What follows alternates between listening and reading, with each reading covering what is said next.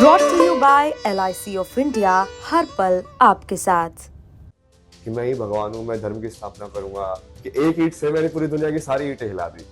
हाँ, अभी तो देखते जाओ, मेरे सेंटर के अराउंड ही सारी चीजें होंगी, क्योंकि कोई ऐसा ज्ञान है ही नहीं दुनिया का जो मैं ले नहीं सकता हूँ। मैं किसी भी इंसान के साथ किसी भी टॉपिक के बारे में बात कर सकता हूँ। फिर ब्यूटी ब्लॉगर के पॉडकास्ट में जाके उसके हिसाब से भी बात कर सकता हूँ, किसी और के जाके लाइफस्टाइल के बारे में भी बात कर सकता हूँ, तो इंटरनेशनल रिलेशन के ऊपर भी बात कर सकता हूँ। अब कैसे रोकोगे ऐसे इंसान को तुम? आपके माता पिता ने ही आपको छोड़ दिया है या आपने आ, आ, उनसे एक तरीके से छोड़ करके विरक्ति ली?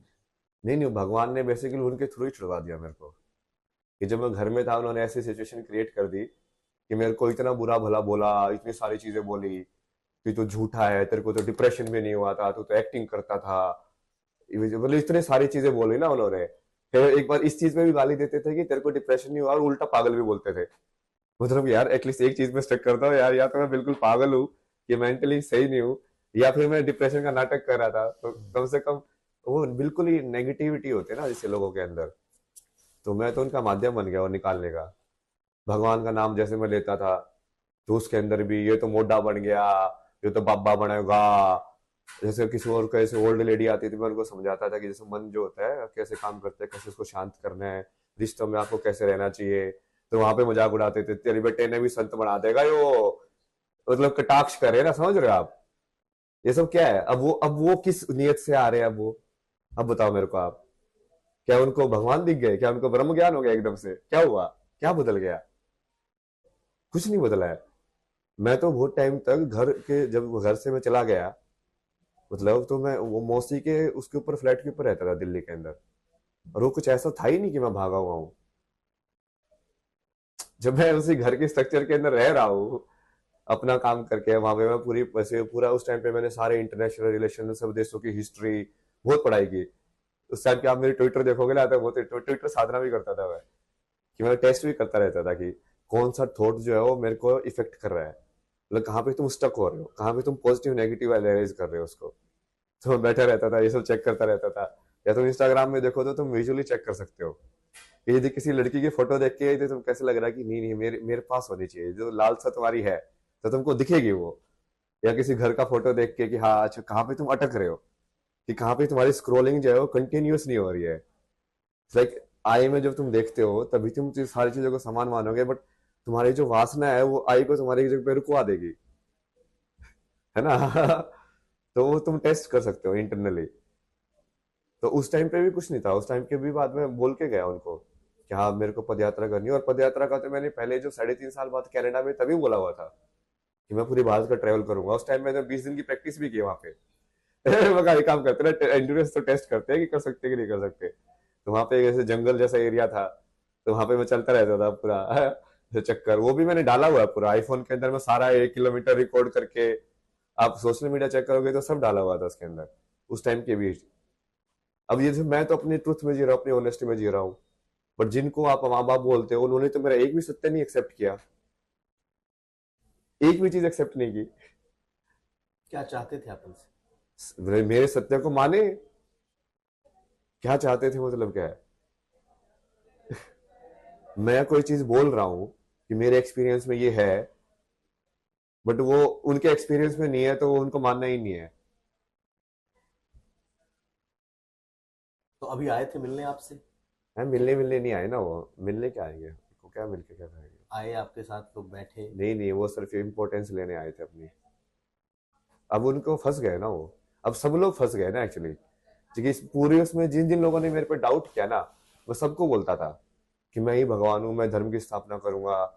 मैं देखो जैसे सदगुरु के आश्रम में भी जो स्वामी थे, मैं उनका जैसे मेरे से पूछ रहे थे भाई मीडिया में तो क्यों करना चाहता है, मैं बोला कि देखो मेरे को वो ज्ञान तो है, अभी मैं बस बेसिकली नीचे वाली स्ट्रक्चर एनालाइज करके कॉज एंड इफेक्ट में एक ऐसा वो देख रहा हूँ कि जहाँ पे एक ऐसी ब्रिक मुझे मिल जाए बटरफ्लाई इफेक्ट वाली, कि मैं एक ईंट हिला दूं तो सारी ईंट हिल जाए दुनिया की।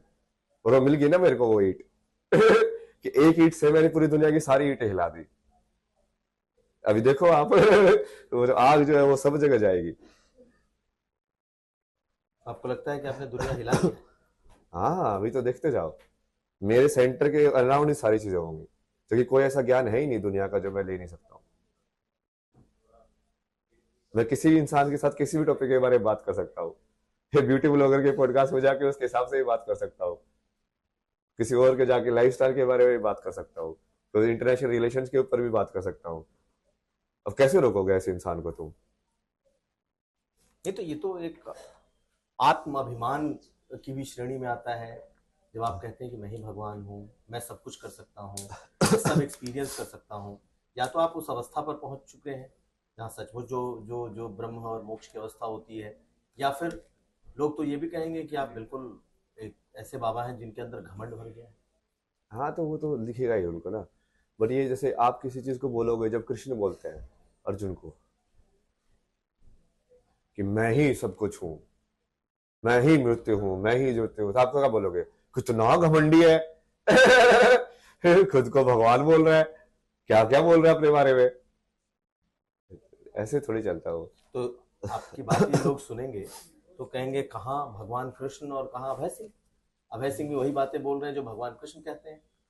तो ये तो इस सांसारिक स्थिति में तो घमंड की श्रेणी में रखेंगे लोग इसे। नहीं नहीं, वो घमंड आप बाहर से जज ही नहीं कर सकते। जब कृष्ण ये बोल रहा है कि मैं ही भगवान हूँ, तो वो सिविलाइजेशन के अंदर बोल रहा है, वो घमंड से नहीं बोल रहा। उसकी चेतना उस लेवल पे है कि वो बोल पा रहा है वो शब्द। लेकिन आप जब बोल रहे हैं तब हाँ, तो मैं बोल रहा हूँ तब भी अपनी चेतना के हिसाब से बोलता हूँ। कई बार जैसे मैं ह्यूमन या इस फॉर्म में आइडेंटिफाई कर लेता हूँ ब्रह्म सत्य में, तब मैं अभय सिंह बन जाता हूँ। यदि वो चेतना में होता हूँ तो फिर जैसे आप मेरे जवाब देखोगे तो हमेशा अलग अलग जवाब रहते हैं, क्योंकि वो उस टाइम पे मैं कैसे आइडेंटिफाई कर रहा हूँ उसके हिसाब से मैं जवाब देता हूँ। लेकिन मैं बिल्कुल ही शून्य में बैठ रहा हूँ तो मैं बोलता हूँ कि मैं ही महादेव हूँ। फिर मैं जैसे थोड़ा इस धर्म के हिसाब से उसको काम करने का सेटअप का काम करता हूँ, तो इन वे लाइक मैं विष्णु चेतना के अंदर हूँ, तो फिर मैं उसके हिसाब से बोलता हूँ। फिर यदि मैं सिर्फ इस लाइफ की स्टोरी के हिसाब से आपको आइडेंटिफिकेशन करके क्वेश्चन का आंसर देना है, जैसे स्कूलिंग वगैरह, तो उस टाइम पे वो टेम्पररी आइडेंटिटी जो अभय सिंह की है, फिर वो बन जाते हो तुम। तो ये अलग अलग आइडेंटिटीज ही है कि तुम कहाँ पे आइडेंटिफाई हो रहे हो, और तुम्हारी आइडेंटिफिकेशन बेस्ड ऑन कि तुम्हारे से क्वेश्चन कैसे पूछा जा रहा है।